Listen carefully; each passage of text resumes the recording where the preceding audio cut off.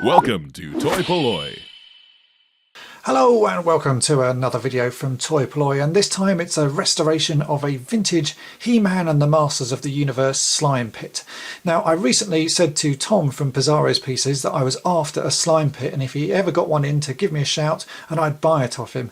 And he actually got one in, but it's a bit broken, so he very kindly donated it to toy-polloi for a bit of a restoration. So this is the box that I got from Tom, and we'll take a look and see what's inside it and see what is broken and what needs fixing. Now, first up, it is pretty dirty. It does look like this has been used a good few times, and there's remnants of slime all over the sort of back panel there. It's a really quite a filthy looking toy at the moment, but that bit looks in pretty good condition. The only thing I can see broken, which is probably the most common thing that's broken on a slime pit, is this little hinge section here. Now, the top part of the little skull, if I can just find that in the box here, has a little bar that is supposed to clip on there, and then the slime goes into the jaw section, and you can sort of tilt this back and forwards. And more often than not, one or more of these little pegs is snapped or broken, and it's normally this middle one at the back, because that's obviously where the most pressure goes, and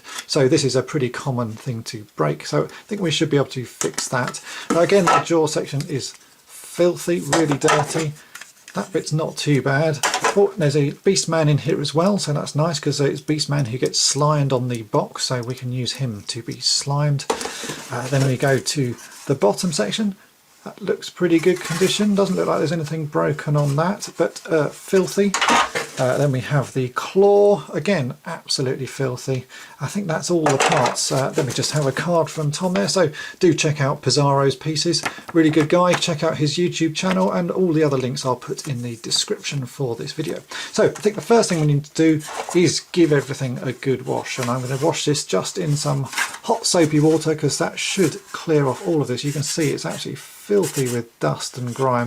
I think just a good wash should tidy that up nicely, and then we can go on and see about fixing that broken clip. That looks like the only part that is broken, and I reckon we should be able to fix that relatively easily. So let's get this all cleaned up.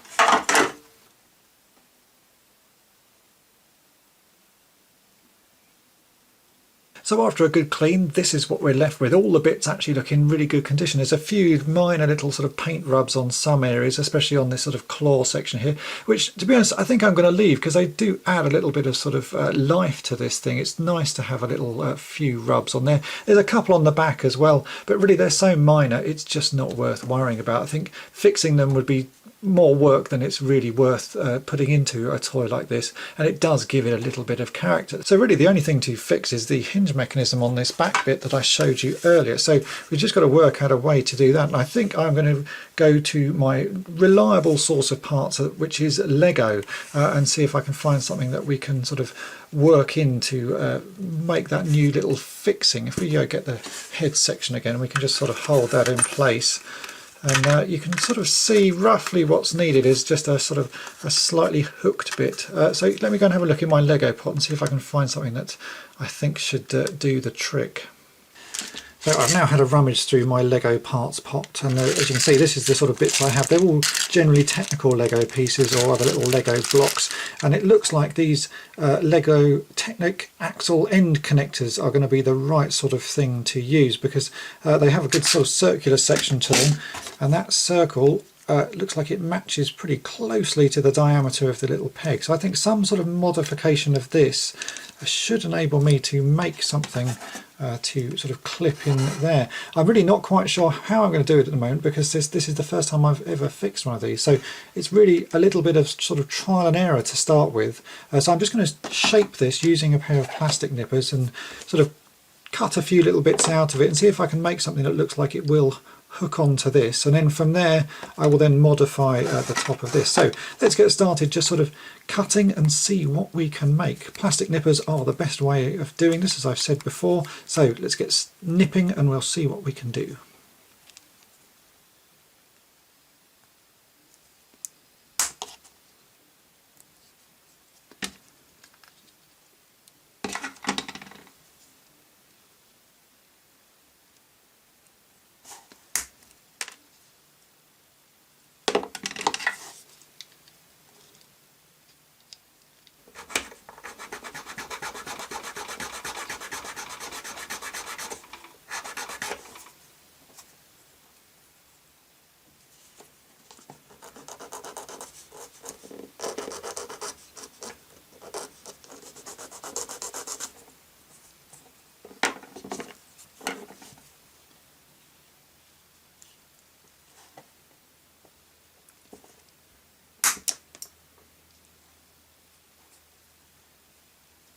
So with some careful nipping and filing, I've turned this into this. As you can see, it's more of a sort of hooked shape now, and I've taken off the very obvious little Lego tabs there, so it now does just look like a little hook, and that appears like it should fit quite nicely over the back of this, because really you don't want it to clip in too much because it's just going to snap off again. So I want something that will just sort of rest underneath that section and should hold in place so that this whole little thing should work. So now I think what I've got to do is actually modify the back section here. I'm going to have to sort of slightly file out a bit so that I can slot this new piece in and make sure it's not glued sort of nice and firmly inside. So I'm going to do a little bit of filing just so that we can slot that in place just for a little test fitting, and then see how we go from there.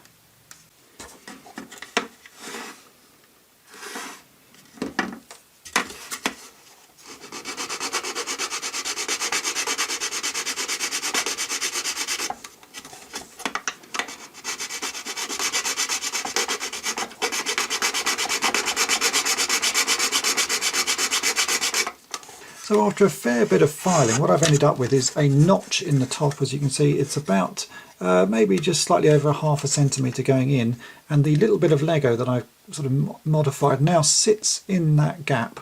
It still needs a little bit of sort of fine tuning, but it will sit in that gap. And if I bring in the skull section, you can see that now clips on and is sort of held in place. So I'm almost there with it.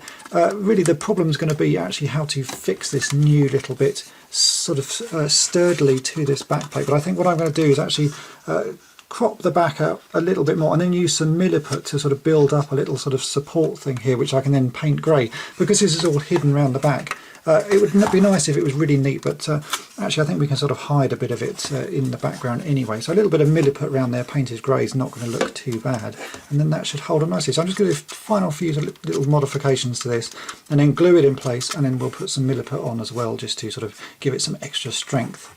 So I think this is the final shape now. I've just trimmed off the bottom of the little axle peg thing again, so that I'm going to glue that in place like so.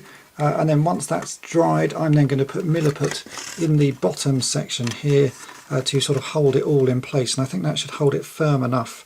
And then we can paint that if if it looks too sort of awful. But I think just a little bit of grey paint over that should do quite nicely. So let's glue that in. I'm just going to use a bit of super glue for now, and then Milliput to hold it in place firmly.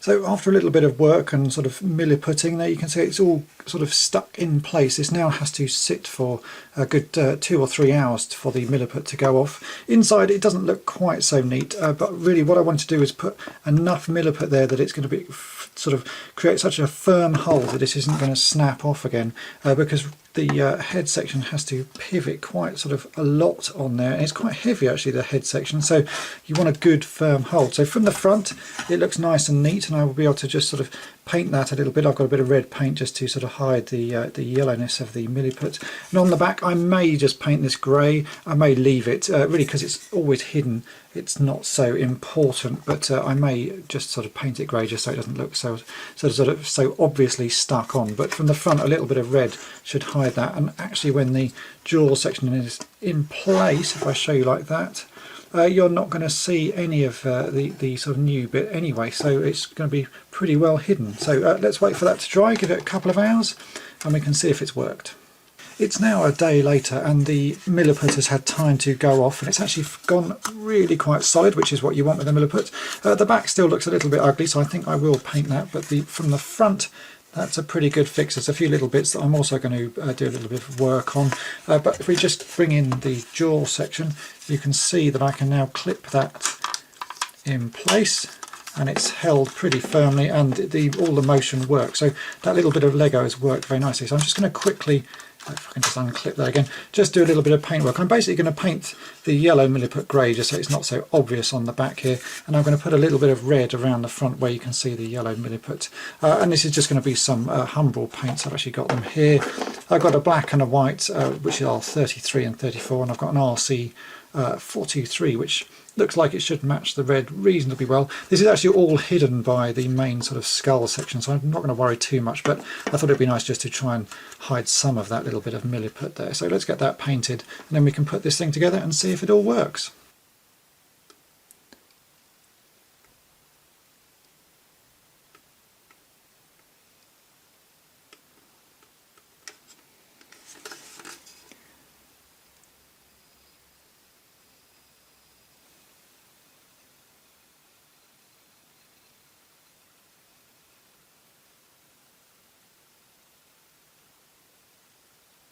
And here it is with the paint dry. The colour match is not perfect on this top bit, but it certainly hides the fact that it's a sort of grey extra lump there, and a little bit of the Milliput yellow is gone. And the back, yes, it's clearly obvious still that it's stuck on, but it certainly hides it a little bit. This was never going to be a sort of the neatest fix possible, because really you need something quite sturdy, and these are fairly weak little tabs. So although it's a bit ugly, it does the job, and this is all hidden behind. You never look at the slime pit from the back because it was never meant to be looked at from the back. So I think that should be good enough. So we can now go ahead and we'll put this all back together. So here is the base section for the slime pit, and we just need the claw, which hooks in that little spot there, and then we have to push this in place. Now it should just clip in place like so, which it does, and we can then raise and lower that claw as it's supposed to, and then the other bits go on the top as I've shown you previously. So if I just move this forward, you can see that clips in place on the new clip that I've put on.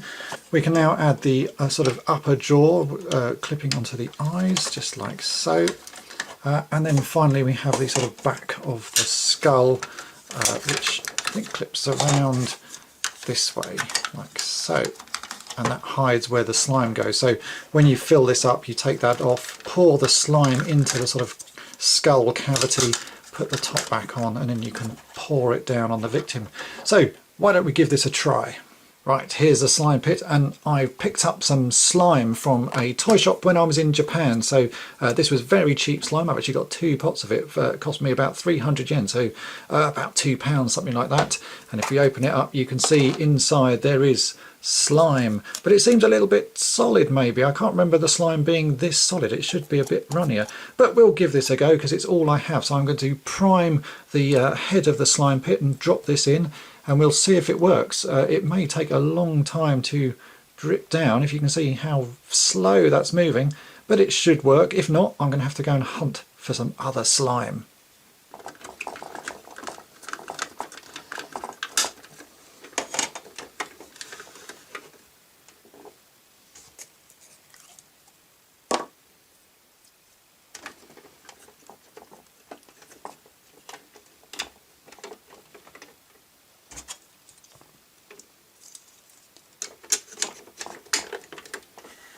Right, first thing that needs to happen is that Beastman needs to be grabbed by the slime pit. So we press the button on the back, and there you go, he's caught by the claw. Now we can release the slime by tilting forward the skull and hoping that the slime trickles out. This may take a while.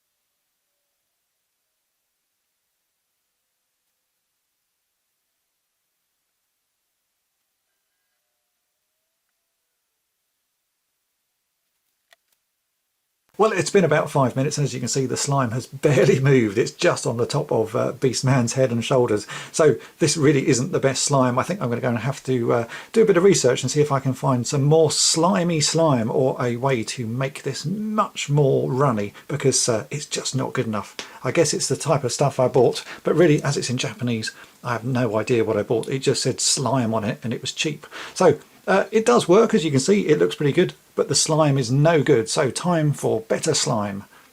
So let's try round 2. I've warmed up the slime by putting the whole pot in some sort of freshly boiled water, and it seems to have got a lot softer and a lot more runny. So let's try again. I've primed the headpiece, so I'm just going to tilt that forwards, and let's see if that runs and dribbles any quicker.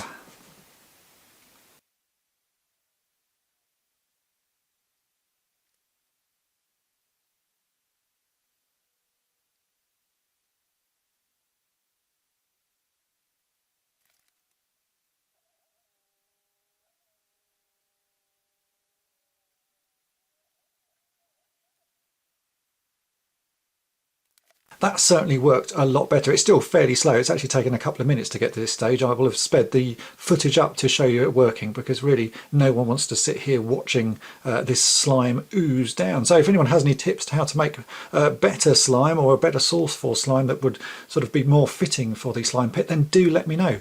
I have to say, I do really like this playset. The sculpting on the background and the models is really nice. All the brickwork and little steps and little bones and skulls and stuff that are sculpted into it are really nice. There's an awful lot of detail gone into it. The sort of letdown part of it is the way it's produced. It's just made out of the sort of a fairly brittle plastic, much like Castle Grayskull and the other sort of play sets, and so it does tend to break over time, as you've seen with the mounting part for the skull on the top there.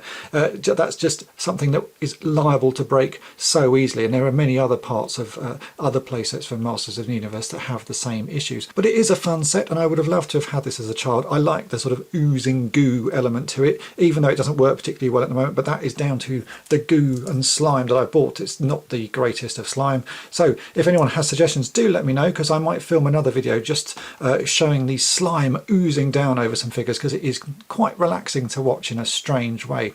So I hope this review and restoration has been fun for you, and thanks for watching. Thanks for watching toy-polloi. Subscribe for more great videos. You can also follow toy-polloi on Twitter and Facebook.